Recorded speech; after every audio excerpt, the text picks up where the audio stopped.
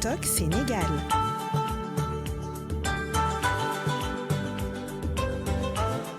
xibaar yi gën a fës ci internet bi ñu wax ci ànd ak Mamadou Sy alors Mamadou on parle toujours des accidents benn accident bu bees bi nga xamante ni am na démb je pense. oui accident boo xam ni ki démb la am fi nga xam nag moo di Yoff benn camion moo daal di chargé ay bagages ba mu fees del Ndiaga avec ta complicité bien sûr si on peut avoir juste un extrait de la vidéo nga xam ni camion bi lu mu yanu ci ay bagages dafa jéggi dayoo.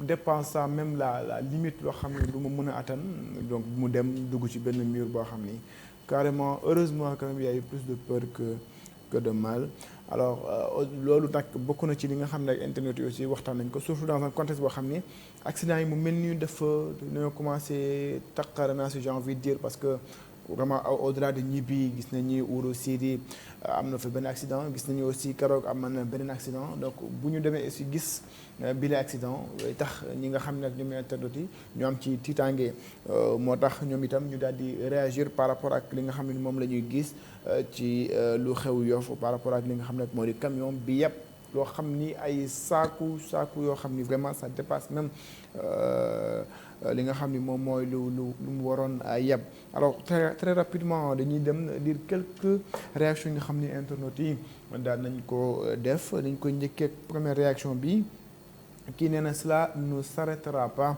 ils sont devenus fous en indiscipline et en mécréance il faut beaucoup construire de prison moom loolu laaj keneen ki nga xam ne nag moom itam daal nay wax ci mbir mi moom nee na les vendeurs diligents partent de concerts de casseroles les pauvres ils veulent détourner le peuple de la démission que doit faire Mansour Faye vu le nombre de victimes dans l'accident de Kaffrine keneen ki nga xam ni nag moo di daan réagir ci par rapport à mbir mi nee na des épaves ont toujours circulé dans ce pays ce n'est pas en 2012 qu'elles ont commencé à circuler le bon Dieu il est là aussi depuis belle lurette alors c'est aussi simpliste que ça une autre réaction le mal est trop profond au niveau des transports il faut 10 ans pour régler ce problème mais avant il devrait y avoir beaucoup de morts innocents keneen ki nga xam ni moo di daan réagir ci accident bi nee na le manque d'éducation et d'autorité est à la base de tous les maux du Sénégal une vraie jungle où les leaders d'opinion sont les insulteurs et ceux qui défient l'autorité se laissent faire une autre réaction bi nga xam ni daan nañ koy def à travers Twitter nee na Yoff près du accident bi Yoff mu ngi xewee Yoff près du marathon Boutigal le camion dérape et rentre dans le chantier il faut immobiliser tous ces camions et leur faire passer un contrôle technique sévère moom loolu la daal di xalaat Leuz Bari moom daal di ne tali bi moo am borom kay pour faire référence à la réaction donc du propriétaire de marchandise bi nga xam ni moom dafa ne tali bi daa am borom mu mel ni du affaire bi du chauffeur bi mais ci tali bi la tali bi daa am ku fa dëkk ci gis-gisam moo tax waa ji di ko tontu ne ko tali bi daa am borom kay avec un sourire yor seeni mbalit di ko dawal fu nekk saa bu amee entretien rek daa paan ñu profité defar ko mais tant que mu ngi tax xaalis rek tant que xaalis bi mu ngi dugg rek c'est fini donc duñu tal leneen Jabel Sall nee na ñun tamit war nañu xoolaat suñu bopp dafa mel ni ay mala lañu nous avons aussi notre part de responsabilité et ceux qui avaient surchargé ce camion devait s'y attendre et pour finir avec Leuz Camara nee na il faut sanctionner avec des amendes très lourdes il ne va jamais répéter ça malheureusement au Sénégal on ne sanctionne pas Sophia voilà en gros ay réactions yi nga xam ne internet yi daal nañ koy am par rapport ak li nga xam ne moo xew ci l'accident bi di fàttali Yoff la amee benn camion bi surchargé ay saaku donc mu daal di daanu ci benn chantier la ñu wax ki nga xam ne nag moomu marchandise bi bu ñu ko laajee nee na moom sax da doon dawal camion waaye moom jàpp na ni yoon bi am na ñu fa dëkk c'est sa manière d'expliquer la chose mystiquement voilà.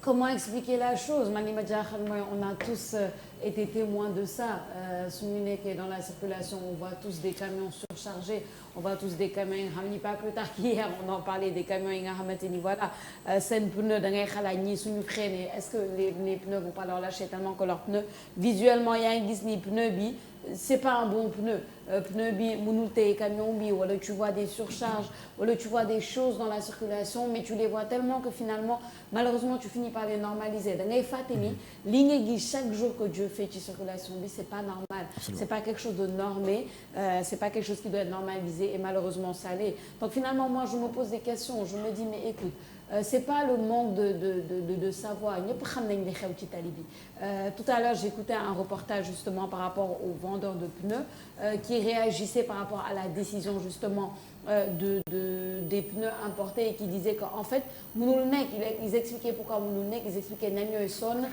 ñoom dañuy sonn et cetera pourquoi parce que mooy lu ñu doon wax rek ce qu'on dit toujours c'est qu'il y a pas d'accommodation tu sais que ça ne tourne pas rond mais ça ne tourne vraiment pas rond parce que voilà des camions comme ça tu peux en une journée tu peux en nommer 10 si tu fais le tour de Dakar facilement tu dis ok on va arrêter ça mais tu mets pas d'accommodation tu dis pas comment est-ce qu'on va l'arrêter je dis pas que les mesures ne sont pas applicables mais on aimerait savoir plus comment elles sont applicables parce qu'on est tellement resté dans li nga xamante ni jaaduwul que dafa mel ni lu jaaduwul nag léegi mooy suñu norme mooy suñu normal mooy parce que da ngay xool da nga ne fii de mooy Sénégal lépp tu vois des camions te dépasser vraiment d'une manière extraordinaire tu te demandes mais lii avec sa surcharge avec ses mauvais pneus avec ses voilà un car rapide avec ses freins qui ne marchent pas mais kii man su ma taxawulee même si j'ai la priorité su ma taxawulee mais fii musiba moo fi am parce que voilà on va faire un accident donc tu laisses passer même si tu dois pas laisser passer ça devient ton nouveau normal tu ne regardes même plus le code de la route tu te dis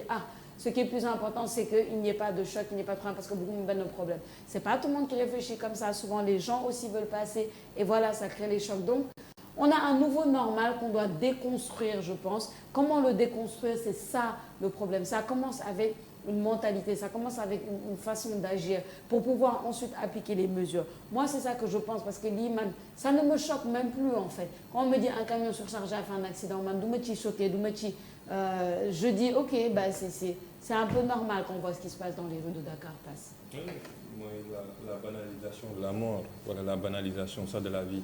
Nekkuñu ay camions cassés, ce sont des cercueils roulants, autrement dit le visage même de la mort yi nga xam ne ñu ngi daw si yoon bi.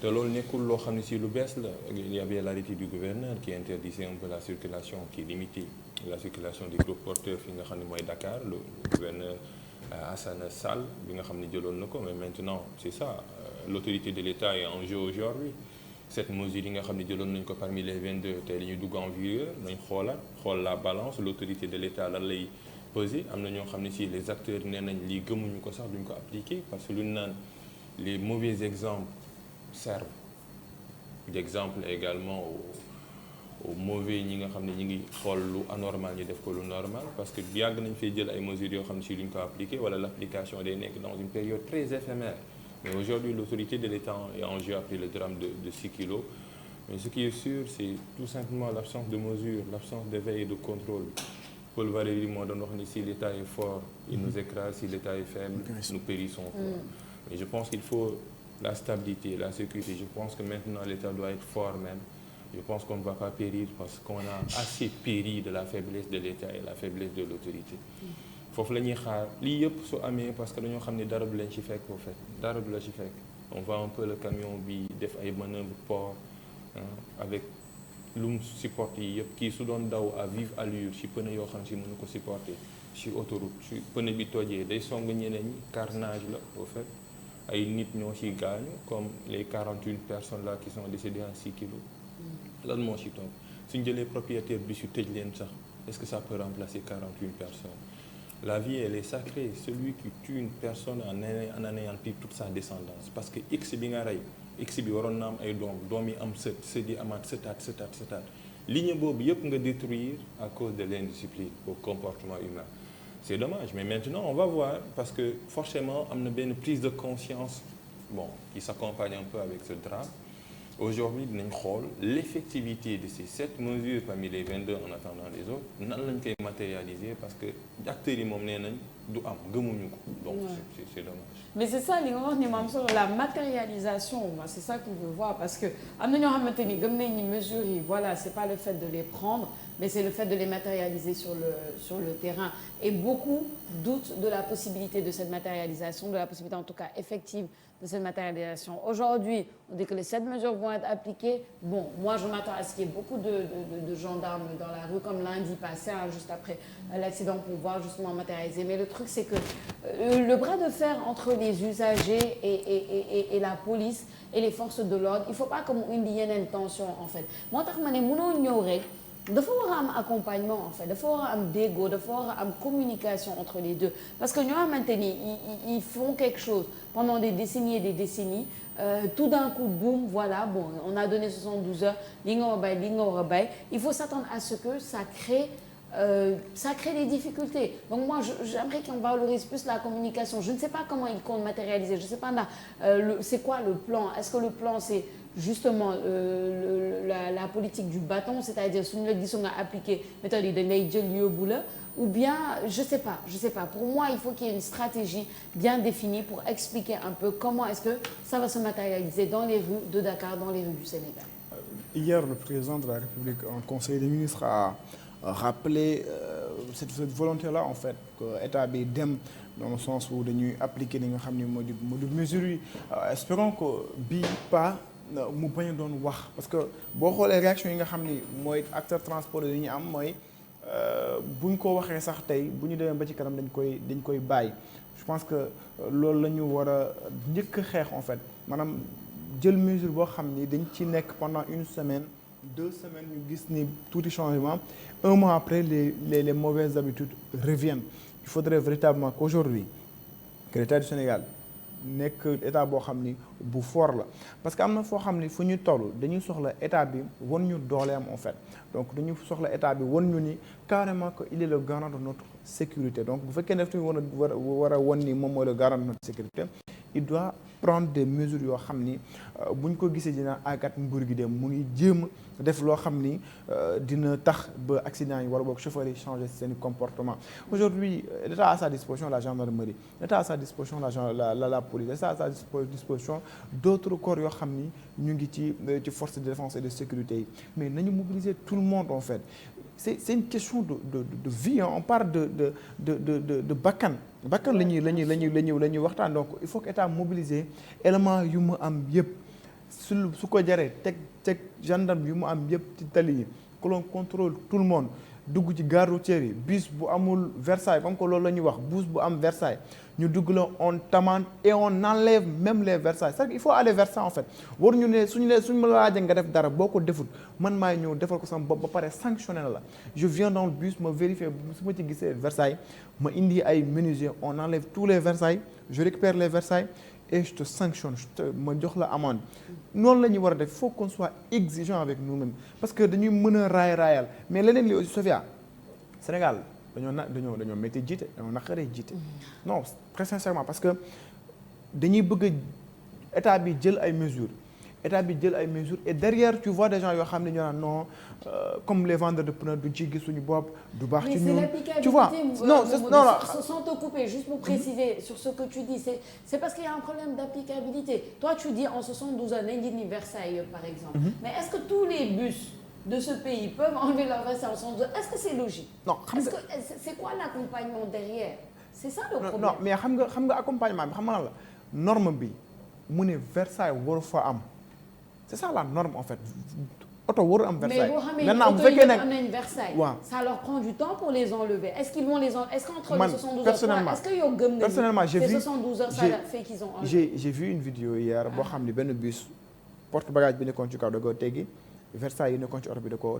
teggi ça c'est un exemple mais lu tax ma ne la dañoo naqaree jiite mooy da ngay état bi day bëgg appliquer yenn ci ay mesures derrière tu vois da ngay am nit boo xam ne dana non bu ñu ko defee man du ma ci gis sama bopp par exemple bu ñu tere woon fii ay saret ñu daw Dakar da ngay gis koo xam ne non góorgóorlu yi ñii nii fii la ñu amee ci saret yi la ñu amee lu ñu dundee mais attends les gens il faut qu'ils évoluent nit ki waroo mënoo wax ni yow saret ngay dawal bu ñu teree saret rek dootoo dund mais alors mais cherche-toi notre métier saret warutoo cherche-toi notre métier wala jaaykatu pneu bi yow nga xam ne li ngay jaay sax c'est illégal wala li ngay jaay sax baaxul mais ñu ne la pneu kenn dootu ko importer après nga ne non bu ñu ko dindee dootuma am liggéey mais cherche-toi notre boulot. Alors est-ce que c'est aussi facile de dire cherche-toi notre métier dans un pays où on sait que l'informel ouais, mais l'informel dans la légalité mais pas l'informel dans l'illégalité en fait. Je suis d'accord. Tu peux pas être par exemple le vendeur sur le trottoir marchand ambulant bi toog ci trottoir bi di jaay tey jii mairie bi bu ñëwoon déguerpir ko dindi ko da nga gis benn Sénégal bi taxaw naan ndeysaan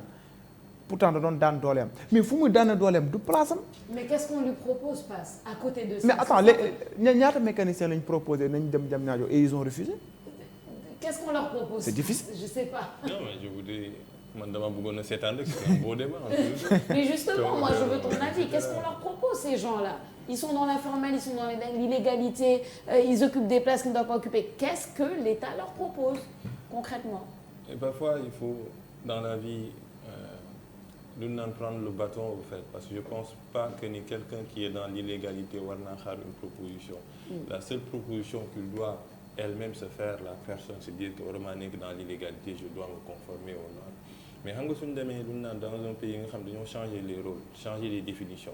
L'illégalité, c'est la légalité, la légalité, c'est l'illégalité. Day dem ba mel ni une norme sociale comme nous la wax soo xëyee suba di nuyoo norme sociale di nuyoo. day mel ni l'illégalité daa nekk norme sociale parce que da nga naan kii def na ko kii def na ko kii def na ko dama ko war a def te quand le mauvais exemple ji ci kaw lay jógee wàcc ci suuf c'est difficile ñu sensibiliser ci suuf parce que day joxoñ ba ñu nekk ci kaw ni ah man lal naa sama étal ci mbedd mi di jaay ñu tere ma ko. alors que ni dénk nañ xaalis kenn mu lekk ko kooku lu tax état bi tu vois un peu ces comparaisons. Ouais. du raison de mais tu vois un peu benn vérité à l'intérieur de ces dires koo xam ni si dafa toog di jaay mun la man damay daan sama doole licitement teg naa ko ci mbedd mi. même si fekkee ni sax ànduma ak yoon. mais politique bi nga xam ne jël na xaalisu réew mi nag te kenn tëju ko. tu es bouche bée au fait. tu te dis. Ouais. La comparaison, mën naa bañ a nekk raison, mais il y a une idée de vérité à l'intérieur. C'est pourquoi le bon exemple doit commencer de haut. En haut, ouais. Wàcc ci suuf nga xam ne à chaque fois doo xool genre explicatif. Mais forcément su fekkee ni ñi nga xam ne ñoo nekkul dans la légalité. D'ailleurs soo gisee ay mots yu bees yooyu ay Versailles soo koy wër dans le vocabulaire du transport routier sax doo gis. Parce que ça n'existe nulle part. Bien sûr. Dañoo jékki-jékki rek importer ko. On fabrique les cars rapides à côté d'un tribunal où on juge des gens. C'est-à-dire que ni tribunal de Dakar, en face, on fabrique les cars rapides avec des barigots. Et le tribunal est là, autrement dit, l'incarnation de la légalité à Dakar face à une illégalité qui prospère. Des juges, mais voilà, c'est le pays des paradoxes. Ce sera difficile, mais il faut le faire. Parce que si on ne le fait pas, drame yi duñ fi jug. Sénégal, daa mel ni le Joola xewu fii kii wu Sonacos xewu fii le drame en 2017 c'était 16 morts bi ñuy jël le conseil ministériel bi c'était 16 morts accident Malem Hodar entre benn bus ak benn minicar 16 morts moo tax ñu tegoon les 10 mesures mais de 2017 à 2023 on est passé à 41 victimes yàlla na fa yam parce que le bilan est actuellement provisoire mais je pense qu'il faut sanctionner il faut que l'État retrouve son autorité. Ouais. Parce qu'un pays sans autorité étatique, c'est un peu l'anarchie, lu neex waay def. Mais ce sera difficile nag que je ne pense pas. Parce qu'on est dans un pays. Il y a tellement de lois yoo xam ne si jël nañ ko ce sont des lois muettes. Je donne tout simplement l'interdiction de sachets plastiques. L'interdiction de fumer dans les lieux publics. Dans les lieux publics, gis nga depuis 5 mois. jël nañ loi ngir interdire xeesal xale yi. Depuis 5 mois là, 5 mois. Et c'est là où je veux en venir. Voilà. Donc il y a tellement de mauvais exemples. En cas la légalité, je pense que c'est un idéal. Et c'est là où je veux en venir. Je suis tout à fait d'accord avec vous dans le fait que l'illégalité ne s'excuse pas. Elle s'explique peut-être, mais elle ne s'excuse pas. Parce qu'il y a tellement de choses illégales dans ce pays. Mais le Sénégal aurait un autre visage. Mais voilà quoi. Dans un pays de liberté, que bu ñu indee yenn ay mesures yi on va croire qu'on est dans une dictature alors que c'est la norme en fait. Ouais. C'est-à-dire que dañu tàmm liberté ba mu ëpp que bu ñu indee yenn mesures ñaan non président bi léegi dictateur la alors que lii moo war a nekk en fait lii mooy il faut que l'État vraiment agisse de grâce nañu mobiliser tout le monde que l'État nous montre sa suprématie. C'est tout. Oui, il y a des pays d'exemple. Le Rwanda, c'est un exemple. Oui. Il y a la police, quoi. Il y a les forces de l'ordre qui sont là pour veiller à l'ordre. Au fait, elles sont là dans les rues. Ne kenn fi dugal plastique, kenn fi dugal plastique.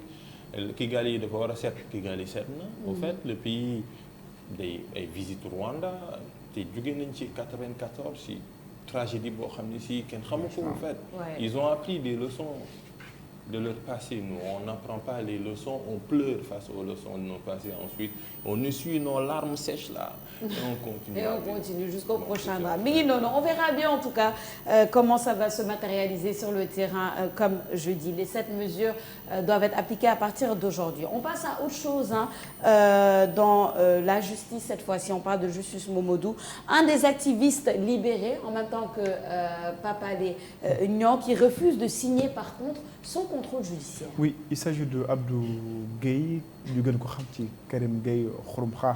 nekk rappeur activiste ñu jàppoon ko moom ak Cheikh Oumar Diagne. alors moom dafa refuser signer li nga xam ne moo di contrôle judiciaire bi ndax pour des raisons dafa jàpp ni du yoon gisul ni lu tax ñu koy placer sous contrôle judiciaire gisul ni lu mu def bay tax ñu koy placer sous contrôle judiciaire leneen li aussi mooy lu ko motiver mooy xam nga société civile bu ñu doon daje ak premier ministre am na ñaari activistes yu demoon ba primature yuuxu libéré Pape Alé Niang ñaari activistes yooyu dañ leen jàppoon ñu placé leen sous mandat de dépôt moom nee na itam loolu du yoon moom mënul nekk ci yenn ñi mu gis ay moromam nekk ci injustice ba tax muy nangu yenn ci ay faveur yi beneen faveur boo xam ni moom itam da ko bëggoon bañ mooy le fait que rappeurs yi am na mooy taaru rap Galsen mooy mouvement bi nga xam ni ba Tafa Dabrens moo ko peut-être jiite événement bu ñu organisé woon xam nga am na un groupe de rappeurs qui allait répondre à l'appel du chef de l'État ñu dem audience wax ak moom sàkku foofu ñu daal di bàyyi ki nga xam ne moo di Abdou Gueye Karim Xurum Xax moom nee na mënul concevoir ni qu'aujourd'hui dans un pays boo xam ne dañu naan justice moo fi nekk que justice bi day xaar ba ñu dem ñaan njëkk kenn ki ñu doog ko mën a bàyyi moom jàpp na ni avocat am déposé nañu demande de liberté provisoire il y a un mois de cela ñu refusé ko tey jilee ay rappeurs dem pale ñaan ko même pas 15 jours ñu daal di koy nangul moom jàpp ne ni gars yi dañoo bañal seen avocat waaye nangul ko rappeurs yi moom nee na loolu du justice injustice la donc moom pour toutes ces raisons là il refuse véritablement de signer son placement sous contrôle judiciaire. C'est un activiste, il ne va pas se taire, on comprend également.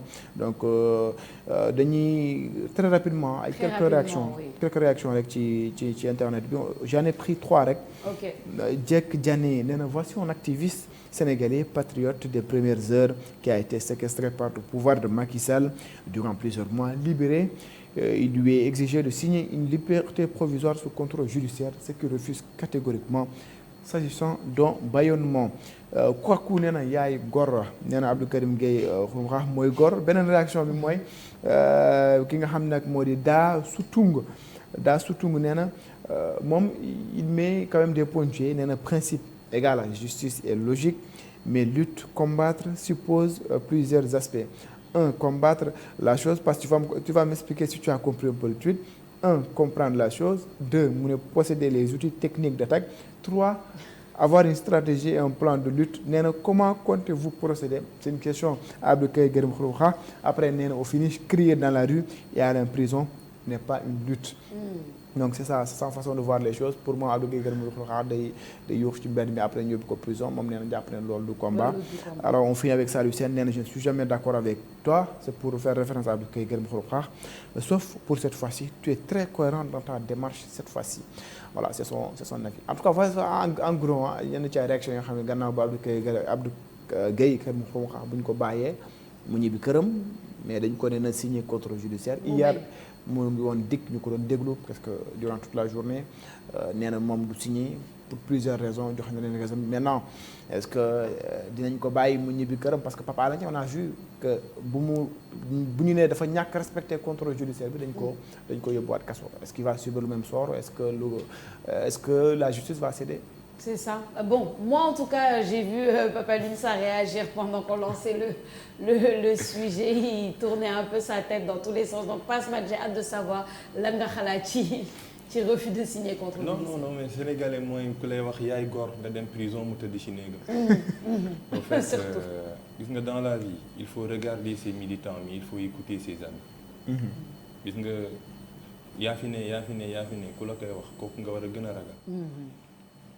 ngay déglu ku lay wax ni yow nekkoo góo fi da ngaa war a gën a yéeg. c'est-à-dire loolu mooy critique. y a dans ñu ñëpp c'est pas question de conseil dans le travail que nous faisons dans les activités que nous menons.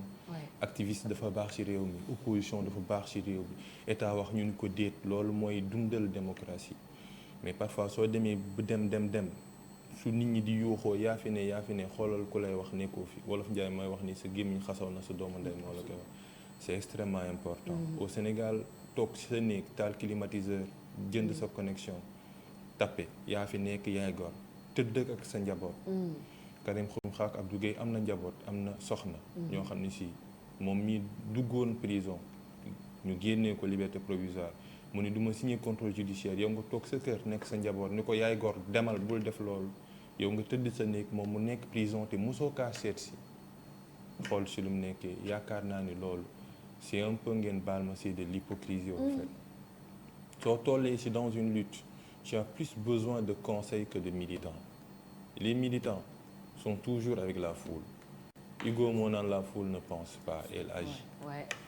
Signer contrôle judiciaire jàkkaarloog état bi côté stratégie de communication moo ëpp solo nga bañ a signer contrôle judiciaire ñu dugal la prison parce que quand tu es en prison non seulement sa activité est réduite, ta communication est réduite, ton champ d'action est réduit et soo moytuwul ñu fàtte la. Je veux lutter contre le gouvernement. J'ai une brèche génn naa ñu ne ma signer je signe. Il n'y a pas de souci contrôle judiciaire parce que contrôle judiciaire ce n'est pas se taire. Contrôle judiciaire mooy sa passeport yu ñëw dindi ko sauf pour le cas ki nga xam ne mooy Pape Alé Niang ça c'est un cas spécial. C'est pas se taire mooy doo génn réew mi si chaque vendredi chaque mois nga ñëw signer wala benn jour juge il n'y a pas de souci mais dinaa fexe au moins suñu ma invité si média dinaa toog.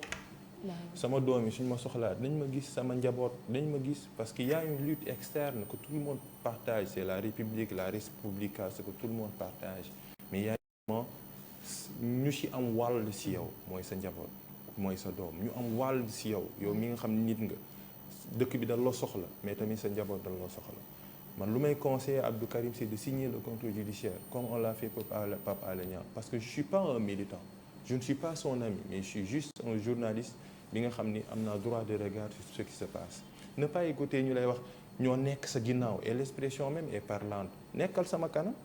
wala nekkal ak man. parce que soo nekkalee sama kanam obstacle si ñëw yow lay njëkk a dal soog maa dal mais maa ngi sa ginnaaw maa ngi sa ginnaaw là c'est une parole vide ñëpp xam nañ ñun nuñ mel sénégalais nuñ mel wax mais bu bëri mais jëf bokku ci mais il n'a qu'à écouter ses amis maanaam ñoo xam ne si sañ nañ laa xool les yeux dans les yeux et te dire la vérité signe le contrôle judiciaire et continue ta lutte en conformité avec les règles parce que il est plus important d'avoir la liberté de contester le pouvoir que de ne pas l'avoir et d'être muet au fait soo nekkee ci prison mais Sénégal loolu la atuwaal loolu da ngay nekk dans l'illégalité ñun naan yow la àndal la personne peut-être c'est un compte anonyme mosoo kaa gis il ne viendra jamais te voir en prison il est ou bien elle est avec sa famille dans son cocon familial dans une liberté boo xam ne si kenn mënu ko def te li ngay def du ko def donc lu ma doon wax ci Pape Alé Niang moom lay wax ci Karim Xrum Xax les militants sont là regardons-les il n'y a pas de souci mais écoutons les amis parce que ñoom ñoo lay wax. Je pense que tu as tellement tout dit, Papa Moussa. Moi, j'ai pas grand-chose à rajouter à part une chose. Il faut qu'on repense l'activisme au Sénégal. Il faut qu'on se penche sur la question c'est quoi être activiste au Sénégal et c'est quoi l'activisme effectif au Sénégal, tout simplement. Je pense que quand tu as ta lutte en vue, le plus important c'est de mener ta lutte et d'avoir les moyens de mener ta lutte, tout simplement. Donc voilà, il faut qu'on repense tout ça. Il faut s'oublier. Il faut s'oublier souvent. Li da ngay fàtte sa bopp nga xool ni nga àndal sa soxna da laa soxla.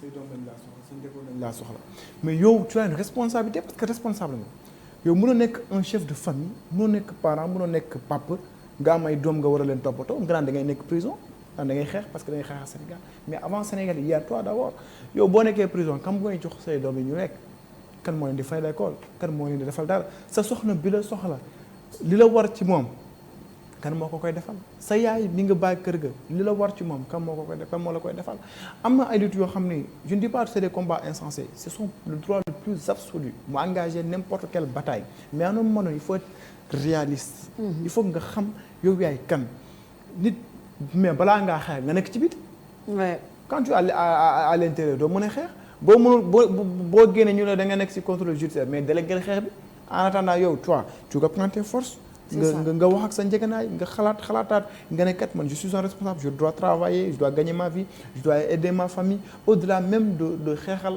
xaw ma bon pas xeexal Sénégal xeex peut-être pour une cause quoi en fait donc je pense que véritablement il faut que mu mën a xoolaat boppam bu baax il faut qu'il s'oublie il faut qu'il sache que am na njaboot am na nit ñoo xam ni ils comptent sur lui ils veulent le voir mais le fait que mu nekkaat derrière entre les quatre murs ça ne sert absolument à rien. Voilà, les avis et les conseils sont là. En tout cas, Mamadou Sy di la gëm di la sant ci li gën a fës ci internet bi xibaar yi c'est très important am na solo torop. On te retrouve tout à l'heure pour les informations wolof. bu ci yàlla inchallah. Papa Alioune Sarr, merci. À demain. Et à demain. À ce soir, oui, à ce soir. Oui, plutôt. On parle un peu des leçons d'amnésie avec le professeur Alioune Sarr de Paloma.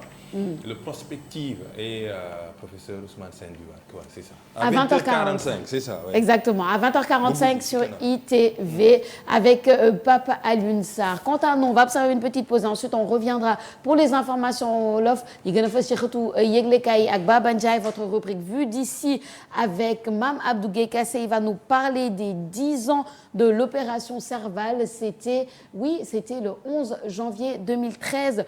Que la France entrait en guerre au Mali. Ensuite, on terminera ce jeudi culture avec le programme Fusion GIE, les femmes entrepreneurs au Sénégal. On accueille Sadio Diop, chargé de marketing digital, qui va nous parler du quinquennat de ce programme. Voilà pour la suite de votre matinale. On observe une petite pause, le temps de prendre un bon café et on revient tout de suite. Toc Toc Sénégal.